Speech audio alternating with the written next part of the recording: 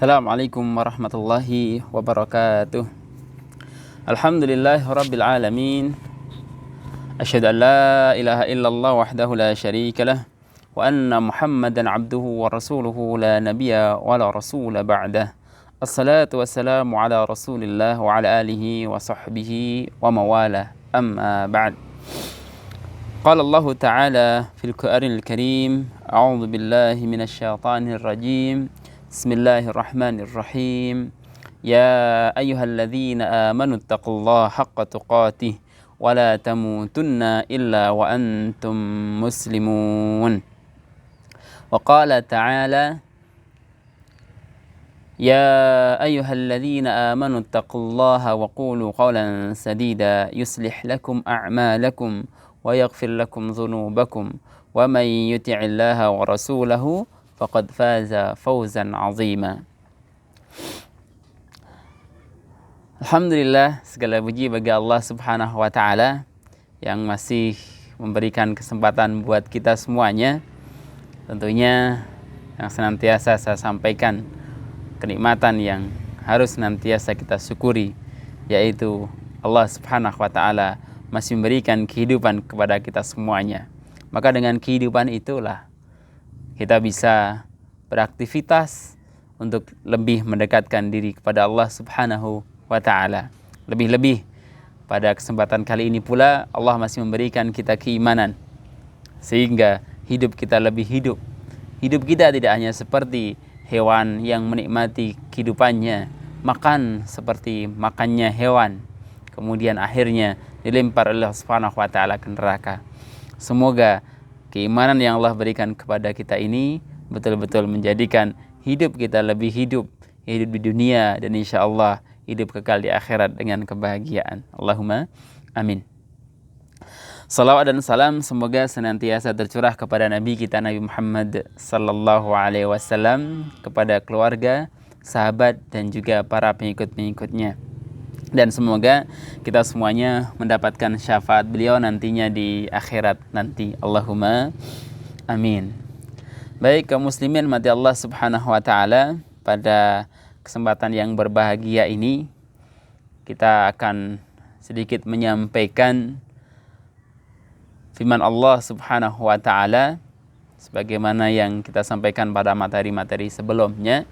Pada kesempatan kali ini kita akan sampaikan tentang kita akan sampaikan surah At-Tariq. Surah apa? At-Tariq. Yang sebelumnya kita sampai pada surat sebelum Al-A'la pada pertemuan sebelumnya. Nah, kaum muslimin mati Allah Subhanahu wa taala, berbicara tentang surah At-Tariq ini, Ibnu Katsir menyampaikan dua hadis yang beliau sampaikan.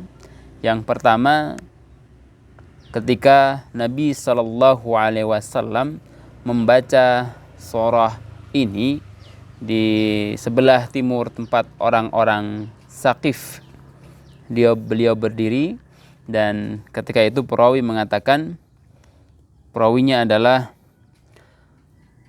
Abdurrahman ibnu Khalid ibnu Habl al-Adawani, dari ayahnya.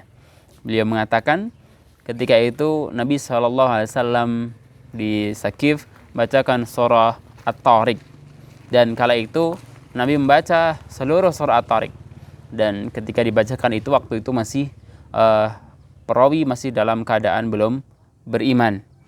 Kemudian ketika beliau beriman, beliau pun membaca surah At-Tariq. Kemudian di hadis yang kedua yang Nabi sallallahu alaihi wasallam sampaikan terkait surah At-Tariq ini, sebagaimana hadis yang diriwayatkan oleh Imam An-Nasa'i dari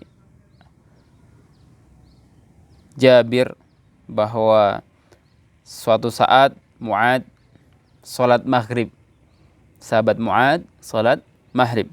Kemudian saudara Mu'ad ini, sahabat Rasulullah SAW ini, membaca surah Al-Baqarah dan An-Nisa. Maka apa kata Nabi SAW? Afattanun ya Mu'az, ma kana yakfika an taqra'a bis-sama'i wat-tariq wasyamsi wa duhaha wa nahwa hadza. Ketika Imam Mu'ad membaca surah Al-Baqarah dan surah An-Nisa, Nabi SAW menasihati beliau, "Wahai Mu'ad, apakah engkau ingin memunculkan fitnah?" Maka kata Nabi SAW, apakah tidak cukup dengan was-sama'i wat-tariq, yaitu surah At-Tariq. Yang kedua adalah Asy-Syamsi wa duhaha, yaitu surah Asy-Syams, dan nahwu wa nahwa hadza, dan semisal surat-surat ini. Maka dari hadis ini juga menjadi sebuah dasar di antara sunnah membaca surah At-Tariq atau Asy-Syams ketika waktu maghrib, yang suratnya tidak begitu panjang dan juga tidak begitu pendek. Kaum muslimin mati Allah Subhanahu wa ta'ala, di kesempatan kali ini coba kita sampaikan surah At-Tariq ayat 1 sampai ayat 10. Kalau dilihat dari keseluruhan surat At-Tariq ini ada dua tema. Yang pertama berada di ayat 1 sampai 10, kemudian yang kedua nanti di ayat-ayat setelahnya. Nah, pada kesempatan kali ini kita fokus pada ayat 1 sampai 10. Saya bacakan terlebih dahulu sebagaimana kalau kita bersama-sama kajian. A'udzu billahi minasy syaithanir rajim. Bismillahirrahmanirrahim. Was-samaa'i wat-tariq. وَمَا أَدْرَاكَ مَا الطَّارِقُ النَّجْمُ الثَّاقِبُ إِن كُلُّ نَفْسٍ لَمَّا عَلَيْهَا حَافِظٌ فَلْيَنظُرِ الْإِنسَانُ مِمَّا خُلِقَ مِن مَّاءٍ دافق يخرج من بين الصلب والترائب إنه على رجعه لقادر يوم تبلى السرائر فما له من قوة ولا ناصر والسماء ذات الرجع. Kebablasan ya, tidak apa-apa. Jadi ayat ke 9-nya tadi adalah yauma tublas sarair fama lahu min quwwatin wala nasir. Ayat ke 10. Nanti batas pada kesempatan kali ini sampai di situ dulu. Nah, kaum muslimin mati Allah Subhanahu wa ta'ala, Allah Subhanahu wa ta'ala membuka surat ini dengan bersumpah dengan makhluknya, yaitu was-samaa'i wat-tariq, demi langit yang datang pada malam hari. Wa ma adraka mat-tariq, jadi Allah bersumpah dengan langit yang dengan apa yang datang pada malam hari. Kemudian Allah pun memberikan sebuah pertanyaan kepada pembaca ayat ini atau pendengar ayat ini, wa ma adraka mat-tariq.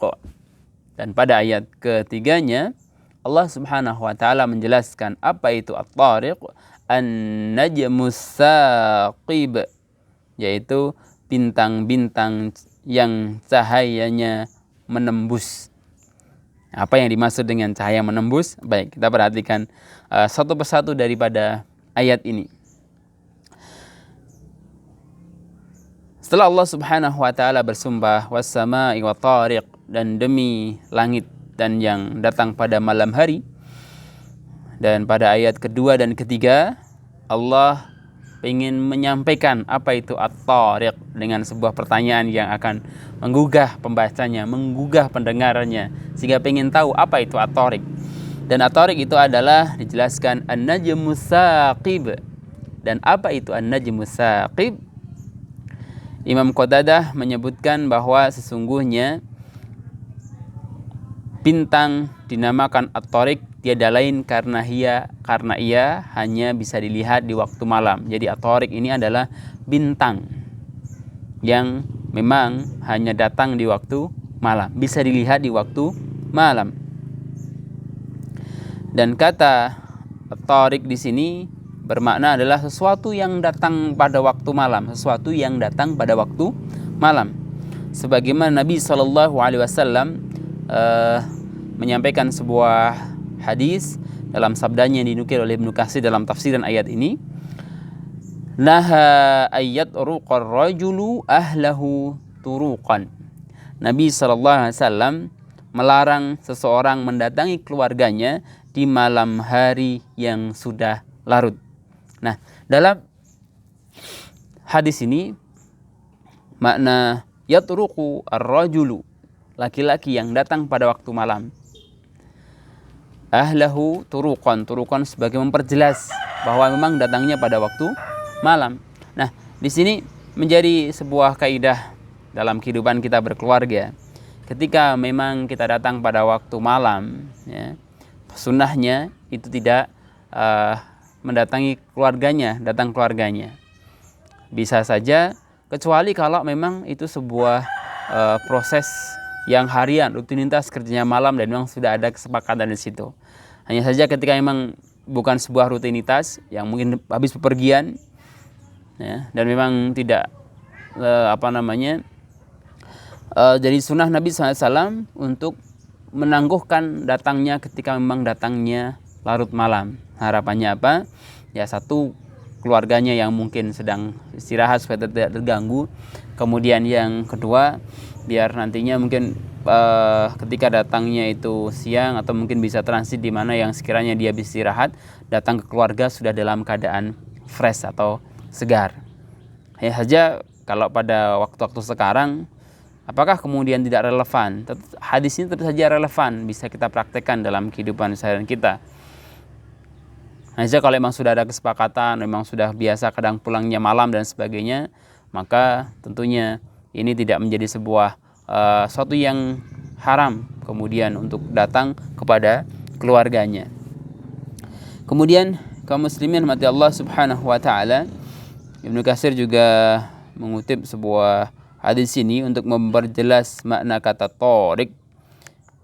Nabi SAW menyampaikan sebuah doa, illa tariqan yatruqu bi khairin ya rahmanu, kecuali orang yang datang di tengah malam dengan membawa kebaikan, ya Allah yang maha pemurah. Artinya memang ada sebuah kebaikan ketika datang malam, maka di sini ada pengecualian, tidak mengapa untuk mendatangi keluarganya. Ya Rahman, ya Allah yang maha pengasih. Kemudian selanjutnya as-saqib. Nah, tadi diartikan dengan cahaya yang menembus, as-saqib. An-najmu saqib. Ayat berikutnya, at-tariq secara makna adalah sesuatu yang datang pada waktu malam. Tapi diperjelas dalam ayat ini, an-najmu saqib, yaitu sebuah bintang yang datang pada waktu malam. Cahayanya menembus. Ibnu Katsir menyebutkan, sebagaimana disampaikan oleh Ibnu Abbas, yang dimaksud adalah cahaya yang terang. As-Saddi mengatakan makna yang maksud ialah menembus setan-setan apabila dilempar kepadanya. Karena memang ada setan-setan yang berusaha mencuri berita lain, maka di situ ada bintang-bintang dengan cahayanya yang senantiasa mengintai setan-setan tersebut, kemudian menyergapnya ketika akan mencuri berita dari langit. Kaum muslimin mati Allah Subhanahu wa taala. Tadi Allah Subhanahu wa taala membuka dengan sumpahnya. Dan kemudian Allah akan menyampaikan tema yang akan disampaikan oleh Allah Subhanahu wa taala kepada kita. Yang pertama apa? In kullu nafsin lamma 'alaiha hafiz. Tidaklah satu jiwa pun melainkan ada penjaganya. Ibnu Katsir menyebutkan, sesungguhnya pada setiap diri terdapat malaikat yang menjaganya, ditugaskan oleh Allah Subhanahu wa ta'ala. Agar apa? Agar melindungi dari bencana dan penyakit. Agar apa? Melindungi dari bencana dan penyakit. Berbicara dengan malaikat yang senantiasa membersamai manusia, maka ada juga malaikat yang memang senantiasa menjaga manusia. Id yatalaqal mutalakkiyani 'anil yamini wa 'anil shimal. Ada dua malaikat yang senantiasa bersamai di kanan dan kiri. Dan kemudian Allah Subhanahu wa taala menyebutkan, ma yalfidu min qaulin illa ladaihi raqibun 'atid. Tidaklah sebuah ucapan maka kecuali di situ akan dibersertai raqib dan 'atid yang akan mencatat amal perbuatan kita. Maka muslimin mati Allah Subhanahu wa taala, setiap kita pun itu dijaga oleh malaikat. Dan ada amalan juga yang Allah Subhanahu wa taala untuk menguatkan penjagaannya. Di antaranya adalah bagi orang yang akan tidur kemudian membaca akhir dari surah Al-Baqarah, maka akan dicukupkan baginya, akan dilindungi dia. Termasuk juga di situ membaca termasuk di situ juga membaca ayat kursi, menjadi wasilah kita untuk mendapatkan penjagaan dari malaikat-malaikat Allah Subhanahu wa ta'ala. Maka kaum muslimin mati Allah Subhanahu wa ta'ala, pantaslah bagi kita orang-orang yang beriman, sebagaimana Allah Subhanahu wa ta'ala sebutkan bahwa orang-orang beriman itu tidak takut dan tidak khawatir. Banyak ayat yang menyebutkan tentang ciri orang beriman, di antara adalah dia senantiasa tidak takut, tidak khawatir, tidak pesimis, tidak gampang stres dan sebagainya. Karena memang dia yakin ada Allah Subhanahu wa ta'ala dan ada juga malaikat-malaikat yang akan senantiasa menjaganya. Maka muslimin Allah Subhanahu wa ta'ala, setiap jiwa ditegaskan Allah Subhanahu wa ta'ala, disampaikan kepada kita ada penjaganya, yaitu para malaikat yang ditugaskan Allah Subhanahu wa ta'ala untuk menjaga kita. Nah, kemudian yang berikutnya Ibnu Katsir menambahkan firman Allah Subhanahu wa ta'ala dari surah Ar-Ra'd, lahu mu'aqibatun min baini yadayhi wa min khalfihi yahfazunahu min amrillah. Bagi manusia ada malaikat-malaikat yang selalu mengikutinya bergiliran di muka dan di belakangnya. Mereka menjaganya atas izin Allah Subhanahu wa ta'ala. Kaum muslimin mati Allah Subhanahu wa ta'ala, rasa takut, rasa khawatir itu adalah ujian yang Allah berikan kepada kita. Maka kita harus yakin bahwa kita ada malaikat-malaikat yang menjaganya. Dengan itu harapannya apa? Ketika apapun ujian, apa itu cobaan, kita harus tetap berikhtiar bagaimana melawannya. Tapi hati tetap harus tidak boleh takut, tetap tenang. Ada Allah dan ada malaikat yang senantiasa menjaga kita.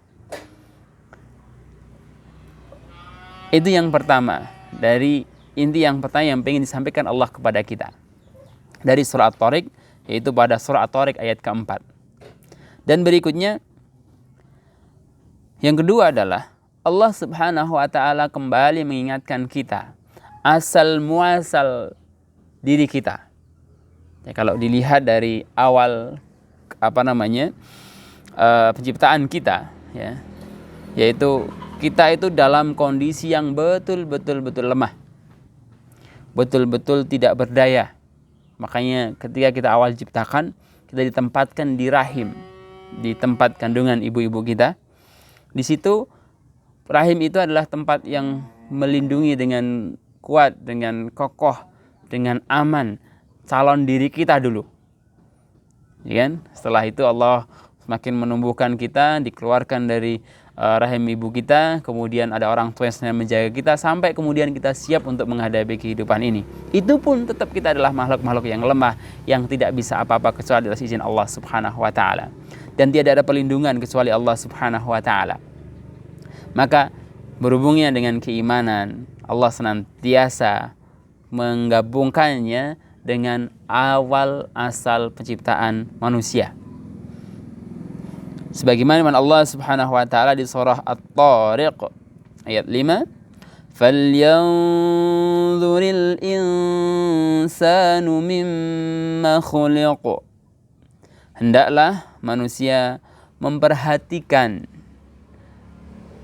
dari apakah mimma khuliq, dari apa diciptakan. Nah, kalau sebelumnya pas diciptakan Adam, maka Nabi Adam alaihissalam kita diciptakan dari tanah, dan sekarang kita diciptakan dari air mani dan juga yang digabungkan dengan foam yang menjadi satu dan terus berkembang menjadi kita saat ini. Berikutnya kaum muslimin mati Allah Subhanahu wa taala, dan Ibnu Katsir juga menambahkan tentang penguatan apa makna dari falyanzuril insanu mimma khuliq di surah Ar-Rum ayat 27. Wa huwal ladzi yabda'ul khalqa tsumma yu'iduhu wa huwa ahwanu 'alaihi. Dan dia Allah Subhanahu wa taala alladzi yabda'ul khalqa, yang telah memulai penciptaan. Wa huwa ahwanu 'alaihi, dan dia menghidupkan kembali itu mudah bagi Allah Subhanahu wa taala. Ahwanu 'alaihi, gampang. Surah Ar-Rum ayat 27. Nah, ini intinya supaya kita ingat bahwa nantinya akan ada kehidupan setelah kita mati. Masa bisa hidup? Apakah bisa hidup orang dimatikan? Tentu bagi orang beriman jawabnya bisa. Kenapa? Karena itu mudah bagi Allah Subhanahu wa taala. Nah, kaum muslimin dari Allah Subhanahu wa taala, selanjutnya pada ayat ke-6, bagaimana saya kan tadi, kita diciptakan dari air mani. Dalam ayat ini, ayat 6 ini disebutkan Allah Subhanahu wa taala khuliqa min ma'in dafiq, diciptakan dari air yang memancar. Ya, dari air yang memancar. Tapi bukan air mancur ya, tapi air yang memancar. Kita paham bersama. Yang keluar dari mana? Yakhruju min baini sulbi wat taraib. Yang keluar dari antara tulang sulbi dan tulang dada. Di sini Ibnu Katsir menyebutkan makna tafsiran yakhruju min baini sulbi wat taraib. Yang pertama, yakni sulbi, laki-laki, dan dari tulang dada wanita, taraib. Syabib Ibnu Bishir telah meriwayatkan dari Ikrimah dari Ibnu Abbas sehubungan dengan makna firman Allah Subhanahu wa taala ini, yaitu sulbi laki-laki dan taraibul mar'ah, tulang dada wanita yang warnanya kuning lagi agak encer, kejadian anak dari air mani keduanya, artinya dari laki-laki dan perempuan. Hal yang sama tadi dikatakan oleh Sa'ad Ibnu Jubair, Ikrimah, Qatadah, As-Sa'di dan lainnya. Ibnu Hatim menyebutkan, diceritakan dari Abu Sa'id al-Asy'ari telah menceritakan kepada kami Abu Usamah dari Mis'ar bahwa ia pernah mendengar Al-Hakam menceritakan pendapat Ibnu Abbas lagi. Sehubungan dengan makna ayat ini, Ibnu Abbas mengatakan inilah taraib, seraya meletakkan tangannya di dadanya. Ad-Duhaq dan Atiyah telah meriwayatkan dari Ibnu Abbas bahwa ar-rabatul mar'at at-taribatul mar'ah artinya tempat tulang atau tempat kalung liontinnya. Hal yang sama dikatakan oleh Ikrimah dan Sa'id Ibnu Jubair. Tapi terkait pada as-sulbi wa taraib, detailnya tentunya ahli-ahli biologis paham. Detailnya mana tempat keluarnya kedua cairan ini yang akhirnya menjadi diri kita, ya, awal diri kita dahulu. Tapi yang jelas Allah mengingatkan kepada kita itu diciptakan dari sesuatu yang lemah. Itu yang ingin disampaikan oleh Allah Subhanahu wa taala dan bagaimana disampaikan oleh Ibnu Katsir. Dan kemudian yang ketiga yang akan disampaikan Allah Subhanahu wa taala pada awal-awal 1 sampai 10 di surah At-Tariq ini, yaitu innahu ala raj'ihi laqadir. Sungguhnya Allah itu mudah, sangat kuasa, sangat mampu untuk mengembalikan. Raj'ihi, mengembalikan. Laqadir, sungguh mampu. Kembalikan apa? Setelah mati dikembalikan hidup kembali. Dan alhamdulillah detik saat ini Allah Subhanahu wa taala memberikan keimanan kepada kita. Jika kita belum beriman, maka kuatkan kembali keyakinan kita kepada Al-Quran. La raiba fi, tidak ada keraguan di dalamnya. Dan salah satu beritanya, kita bakal dibangkitkan lagi setelah kematian kita. Nah, maka kita harus yakin kehidupan kita tidak hanya sekarang, tapi hidup kita nanti akan ada yang hidup lebih panjang, lebih kekal. Maka tentunya ketika di dunia ini ibarat kita jadi bekal, ya, mampir lakukan perjalanan, mampir ngombe lah seberapa cukupnya untuk kehidupan dunia kita, dan akhiratnya senantiasa diutamakan. Wabtaghi fima atakallahu daral akhirata wa la tansa nasibaka minad dunya. Capailah, dapatkanlah kehidupan akhirat dengan apa yang diberikan Allah Subhanahu wa taala kepadamu, dan jangan lupa kehidupan dunia. Kehidupan dunia hanya sesuatu yang jangan dilupakan, tapi pokoknya adalah kita menuju kembali kepada Allah Subhanahu wa taala. Yang disebutkan di sini, kita bakalan mampu untuk Allah bakal mampu mengembalikan. Yauma tublas sarair. Inilah yang harus kita senantiasa kuatkan. Akan dimunculkan, akan dinampakkan pada hari kembali tadi, dihidupkan kembali tadi segala rahasia-rahasia. Maka muslimin mati Allah Subhanahu wa taala, setiap kita pasti memiliki rahasia, dan rahasia itu akan tetap menjadi rahasia kita selama hidup ini, kecuali mulut kita yang akan menyampaikannya kepada orang lain. Selama mulut kita tidak menyampaikan, tangan kita tidak menuliskannya, maka rahasia akan tetap milik kita selama di di dunia ini. Tapi di akhirat nanti bisa saja bisa terbuka, bisa tertutup. Bagaimana kita terbuka tutup? Kalau kita kemudian terus mengamalkan keburukan secara tersembunyi-sembunyi dan orang tidak tahu, maka pasti Allah akan menampakkan di akhirat. Tapi kalau kemudian kita pernah melakukan sebuah kesalahan, kita bertobat, ya, Allah akan, kita terus melakukan sebuah amal ibadah yang baik-baik, Allah pun akan hapus keburukan itu, akan menutup keburukan dengan kebaikan. Kemudian dalam ayat lain, dalam sebuah ayat dikatakan, sebuah hadis sebutkan bahwa orang yang menutupi aib saudaranya, maka Allah pun akan menutup aibnya di akhirat nanti. Maka muslimin Allah Subhanahu wa taala, ketika kita melihat aib kesalahan orang, niat untuk memperbaiki itu pasti itu harus. Tetapi untuk mengumbar aib orang lain itu adalah bukan sesuatu yang diajarkan, kecuali itu adalah sesuatu yang untuk untuk diskusi, untuk mendapatkan sebuah solusi, dan bukan untuk disebarluaskan. Maka muslimin Allah Subhanahu wa taala, kabar yang keempat yang disampaikan adalah setiap rahasia akan terbuka, termasuk juga apapun kejadian-kejadian yang ada yang mungkin kita anggap sesuatu yang tidak tahu, suatu yang menjerumuskan antara kaum muslimin dan tidak tahu, pastilah nanti juga dinampakkan oleh Allah Subhanahu wa taala. Kemudian yang kelima yang Allah Subhanahu wa taala ingin sampaikan kepada kita, fama lahu min quwwatin wala nasir. Maka sekali-kali tidak ada bagi manusia kekuatan dan penolong. Artinya apa? Kalau penolong, kekuatan di Allah Subhanahu wa taala, kemudian makhluk Allah atas izin Allah Subhanahu wa taala, itu mungkin. Artinya apa?